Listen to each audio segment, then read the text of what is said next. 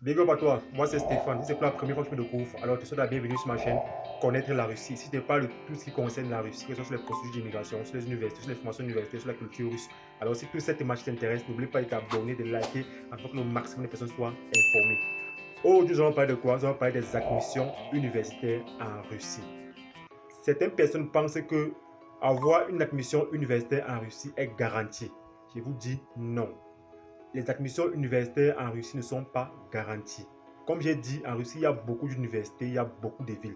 Et chaque université a ses conditions pour fournir l'admission. Alors, si vous ne respectez pas leurs conditions, ils ne vous donneront jamais l'admission. C'est pourquoi vous allez voir que parfois, ceux qui vous accompagnent parfois, ou les compagnies qui vous accompagnent, vont souvent chercher vos admissions dans les coins reculés de la Russie, en campagne, dans les régions profondes de la Russie, où vous trouvez l'admission là-bas. Pourquoi? Parce qu'avoir les admissions là-bas, c'est facile pour eux. Pourquoi? Parce que les universités dans cette région-là vous fournissent facilement les admissions. Pourquoi? Parce que leurs conditions d'admission n'est pas très difficile. Mais vous trouvez une admission dans des grosses villes qui ont souvent des conditions plus dures et plus strictes. C'est souvent un peu compliqué. Donc, quand vous décidez de venir en Russie, rassurez-vous, soit vous avez déjà une ville de votre choix, soit vous avez une université particulière. Donc, rassurez-vous de remplir les conditions de cette université pour avoir leur admission. Et je vous dis encore, l'admission là-bas n'est pas garantie. Mais si votre profil est ce qu'ils recherchent, ils vont vous donner l'admission universitaire dans les délais qu'ils ont promis. Qu'est-ce qui se passe à la base? Vous avez fait le choix d'une université et que de façon générale, qu'est-ce qu'ils vous demandent comme document? Ils vous demandent de traduire votre passeport et votre diplôme, le plus haut diplôme que vous avez, de le traduire et de le notarifier en russe. Alors vous le faites ici en Russie. Donc celui qui vous accompagne, vous scannez votre passeport, vous scannez votre diplôme, il va traduire et notarifier ici et déposer à l'université dont vous avez demandé. Alors, cette université, quand elle va recevoir votre dossier, il y a une commission qui s'assoit. Ce n'est pas une personne qui décide de l'admission dans une université, ce n'est pas une personne. Il y a une commission qui s'assoit sur les dossiers d'admission. Alors, ils vont étudier votre profil. C'est ça qu'ils vous demandent de traduire en russe. C'est pour vous étudier votre profil. Alors, si votre profil les intéresse, qu'est-ce qu'ils regardent? Ils regardent d'abord votre âge. Après votre âge, ils regardent quand est-ce que vous avez eu le baccalauréat ou quand est-ce que vous avez eu votre diplôme qui est devant eux. Si vous avez eu votre baccalauréat, peut-être qu'en 2000, prends un exemple simple. Si vous avez eu, nous sommes en 2024, si vous avez eu votre baccalauréat par exemple en 2019 et que de 2019 en 2024, vous n'avez pas de diplôme universitaire, mes amis, certaines universités vont vous refuser dans ce cas l'admission. Car vous n'avez rien fait, vous n'avez pas fait d'études universitaires de 2019 en 2024. Donc vous n'avez pas un diplôme universitaire, soit vous n'avez pas une formation universitaire. Ils vont vous refuser dans certaines universités. Ils veulent voir une continuité. Donc ils vont se baser sur votre diplôme. Pourquoi? Parce qu'il n'y a pas un CV qui va les expliquer votre parcours d'après le bac, d'après bac. Il n'y a pas un CV. Donc ils vont se fier sur ce qu'ils ont devant eux pour vous refuser ou pour vous donner l'admission universitaire. Donc si vous avez eu votre bac par exemple en 2019 et que vous n'avez rien fait entre temps, c'est possible qu'ils vous refusent l'admission. Maintenant, dans le cas où c'est une licence, vous avez eu une licence en 2019, là, il n'y a pas de problème parce qu'on peut étudier le master à n'importe quel âge. On peut venir faire le master en Russie à n'importe quel âge. 30 ans, 40 ans, 45 ans, on peut te donner une admission pour que tu viennes faire le master. Mais pour te donner une admission pour le bachelor, dans la licence, c'est difficile, c'est très strict là-bas. Il doit avoir une continuité dans tes études. C'est-à-dire quoi? Pour une personne qui a eu le baccalauréat en 2023, alors d'office, qui postule en 2024, d'office, on peut lui donner l'admission. Pourquoi? Il n'y a pas une grande durée qui sépare son baccalauréat et l'année actuelle. Donc, d'office peut avoir l'admission. Mais ils sont aussi regardants sur l'âge. L'âge est aussi un point qui détruit ou qui vous empêche d'avoir les admissions universitaires. L'âge, c'est pour qui? L'âge est basé pour ceux qui veulent faire le bachelor dans la licence. Si tu as plus de 30 ans ou 30 ans et que tu n'as que le baccalauréat, alors ce serait difficile qu'une université en Russie donne l'admission. Car à plus de 30 ans et que tu veux faire la licence, c'est comme si tu as eu une vie passée dont tu n'as pas fréquenté, mais tu te décides encore de venir faire la licence à 30 ans en Russie. C'est pas évident. J'ai par exemple d'un frère qui m'a contacté depuis la ville de Krasnodar. Il m'a dit qu'il a un frère en Guinée à qui veut fournir l'admission. mais l'université où il est a refusé de lui donner l'admission. Il a dit que pourquoi? Il m'a dit que parce que ça court de son âge et de ce qu'il a fait après le baccalauréat. Il a demandé au frère quel âge il a. Il m'a dit qu'il a 26 ans. Mais 26 ans, c'est bon. Mais il dit que non, il a 26 ans, mais il n'a que le baccalauréat. C'est là où c'est mauvais. Je lui ai posé la question de savoir en quelle année il a eu son baccalauréat. Il m'a dit qu'il a eu son baccalauréat en 2020. Vous voyez? Donc nous sommes en 2024. Donc il est censé avoir déjà une licence, soit une formation professionnelle. Mais il n'y avait pas ça. Donc le refus était direct. On ne l'a pas refusé à cause de son âge. On l'a refusé parce qu'entre 2020 et 2021, il n'a rien fait durant tous ces temps. Donc on n'a pas fait d'études universitaires. Donc c'était le refus. Certaines universités vont le prendre. Mais pourquoi est-ce que cette université a refusé l'admission? Si certaines universités sont souvent très strictes, c'est parce qu'ils ont beaucoup de postulants. Ils ont beaucoup de profils. Et dans ces profils-là, ils veulent prendre que les meilleurs. Alors, si votre dossier, votre profil ne fait pas partie des meilleurs, ils vont vous refuser l'admission. Et c'est le cas des grandes villes. Les grandes villes sont souvent difficiles pour vous donner l'admission. Pourquoi? Parce qu'il y a beaucoup de postulants qui viennent de partout. Ils veulent prendre que les meilleurs. Alors, si votre dossier ne fait pas partie des meilleurs, ils vont vous refuser. C'est pourquoi certaines personnes qui vous accompagnent en Russie vont préférer aller prendre les invitations ou les admissions dans les coins un peu reculés des grandes villes. Pourquoi? Parce que là-bas, les conditions pour avoir l'admission est un peu facile. Mais je vous rappelle, parfois ils sont toujours regardants sur l'âge. L'âge est capital aussi. Donc, les grandes universités dans les grandes villes sont très strictes pour vous donner l'admission. Si on te refuse l'admission en cours de langue dans une grosse ville, sache qu'ils ont les quotas. Ils veulent que des meilleurs. Ils ne peuvent pas prendre tout le monde. Ils ont un nombre de places limité. S'ils veulent, par exemple, 200 places pour les rentrées de septembre, ils vont se rassurer de prendre les 200 places. Et dans les 200 places, parfois, ils prennent un surplus. Déjà que s'il y a des refus de visa, ils peuvent vous compenser. Donc, si votre profil est bon, ils vont vous prendre. Si c'est mauvais, ils vont vous rejeter. Donc, lorsque vous décidez de venir étudier en Russie, ne pensez pas que votre admission est garantie. Rassurez-vous que si vous voulez faire une licence, rassurez que vous avez moins de 30 ans. Certaines universités vont vous prendre. Mais ne venez pas avec l'âge de 28 ans, 29 ans, 30 ans et vous êtes exigeant avec l'université. Vous êtes exigeant, vous voulez une grosse université dans une grosse ville. Jamais. Certains, ils ne vont jamais vous donner l'admission. Si votre âge est dépassé et que vous avez plus de 30 ans ou dans les 27 ans, cherchez une université en région, c'est-à-dire une université reculée. Là, les conditions chez eux ne sont pas très difficiles. Là, vous aurez votre admission. Mais une fois que vous arrivez là-bas, après beaucoup de langues, vous pouvez migrer, vous pouvez changer. Maintenant, il faut juste faire l'effort maintenant de remplir les conditions de cette université. Une fois qu'ils vous ont accepté, ils vont vous envoyer ce qu'on appelle le contrat. Le contrat, tu vas signer.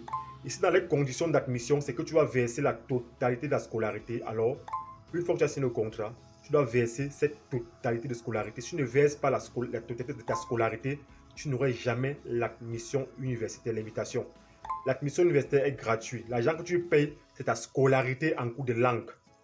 L'admission universitaire est gratuite. Et je vous dis encore, l'invitation ou l'admission universitaire ne dépend pas de l'université.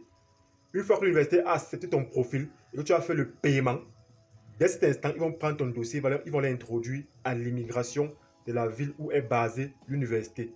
Maintenant, c'est l'université qui va, sur l'immigration maintenant, le service d'immigration qui va se charger de t'établir ton admission universitaire, sous l'intermédiaire de ton université, bien sûr. Et ça prend assez de temps. Donc, la durée de ton admission ne dépend pas de l'université, mais ça dépend du service d'immigration.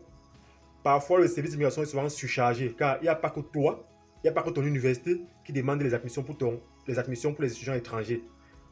Si dans une ville, il y a par exemple 10 universités, sache que les 10 universités demandent les admissions universitaires dans le même service d'immigration. Donc, si ça prend souvent assez de temps, c'est parce que ça dépend de la période dans laquelle ton dossier est introduit au service d'immigration. Et ton université n'est pas seule. Il y a plusieurs universités. Non seulement toutes ces universités demandent les admissions dans le même service d'immigration, il y a aussi des gens qui vivent sur le territoire, des étrangers comme moi, qui veulent aussi, par exemple, prolonger leur visa. Ils sont plus étudiants, par exemple. Les étrangers qui sont déjà sur le territoire, qui ont besoin des services de l'immigration. Donc, ton dossier n'est pas le seul. Ça peut prendre le temps. Le maximum, c'est 2 mois. Donc, une fois que l'université t'a accepté, tu as signé le contrat, que tu as payé ta scolarité, sois-en sûr, quoi qu'il arrive, tu aurais ton admission universitaire. Mais il tient à te rappeler, c'est très bien. Tout agent engagé à l'université, tu as le droit de recevoir le reçu de l'université. Si celui qui fait ta procédure ne te remet pas le reçu de l'université, c'est qu'il veut te cacher quelque chose. Quand tu fais un paiement, exige les reçus. Le reçu est obligatoire. Donc, si tu as payé l'argent pour faire traduire le document, demande qu'il t'envoie les copies de traduction notarifiées. Il a le droit de te l'envoyer, même comme ça ne doit pas te servir, afin que tu puisses te rassurer qu'il a vraiment traduit. Tout agent que tu envoies, demande les retours. C'est important, afin qu'entre vous, il n'y ait pas de malentendus. Les admissions en Russie ont des périodes bien définies pour chaque université. Ils ont des rentrées bien définies. Donc, quand vous commencez votre procédure, rassurez-vous, demandez à votre partenaire ou à la compagnie, c'est pour quelle période de cours de langue. C'est pour faire 1 an, c'est pour faire 1 an et demi, c'est pour faire 6 mois. Les prix vont différer pour chaque période. Celui qui va faire 1 an et demi va payer plus cher. Celui qui va faire 1 an va payer un prix modeste. Celui qui va faire 6 mois va payer moins cher. Donc, quand vous commencez votre procédure, rassurez-vous sur votre durée de cours de langue. Il ne faut pas vous précipiter pour venir en Russie pour faire 1 an et demi, à part si c'est votre choix. Maintenant, il y a les périodes bien définies pour faire ces périodes de cours de langue-là. Par exemple, pour une personne qui veut faire 1 an de cours de langue, doit commencer sa procédure à partir du mois de avril-mai. Sachant que la procédure dure 3 mois, alors il serait en Russie vers début août ou vers mi-août et commencer la rentrée de septembre ou de octobre dans sa ville. Maintenant, pour celui qui veut faire la rentrée, qui veut faire 6 mois de cours de langue, pour commencer la procédure à partir de octobre. Pour commencer la procédure à partir de octobre, novembre, sachant que ça prend aussi 2 ou 3 mois, il serait en Russie à partir de fin janvier et commencer les cours en février. Là, c'est uniquement 6 mois. Maintenant, celui qui veut faire maintenant 1 an et demi, alors la procédure va commencer à partir de février, mars, il serait en Russie vers avril, il va faire 1 an et demi. Et là, les prix sont différents. Plus c'est long, plus c'est cher. Moins c'est long, moins c'est moins cher. Donc, c'est comme ça. Je ne vous conseille pas de faire 1 an et demi. Je ne vous conseille pas de faire 6 mois, à part si c'est votre choix. La meilleure période, le meilleur moment pour moi, c'est 1 an. Donc, commencez les procédures à partir du mois de avril-mai. Là, vous avez juste 1 an. Car la loi interdit aux étudiants de cours de langue de travailler. Donc, faire 1 an et demi sans pouvoir travailler normalement, c'est difficile. Au moins 1 an, ça passe vite et c'est rapide. 6 mois, c'est très peu. En 6 mois, ce n'est pas évident de parler russe. À part si vraiment tu veux te mettre à fond. Mais ce n'est pas évident. Je recommande plus 1 an. Donc, commencer en septembre et finir en juillet. Ce serait mieux. Mais à la base, la seule chose que l'université vous font payer, les universités vous font payer en Russie, ce n'est que votre scolarité. Soit la moitié, soit la totalité. Maintenant, le reste, vous payez sur place. Le reste, c'est quoi? La résidence universitaire, vos frais de prolongement de visa, vos frais parfois d'invitation, vos frais d'assurance médicale, votre bilan de santé, c'est ici que vous payez et non dans votre pays.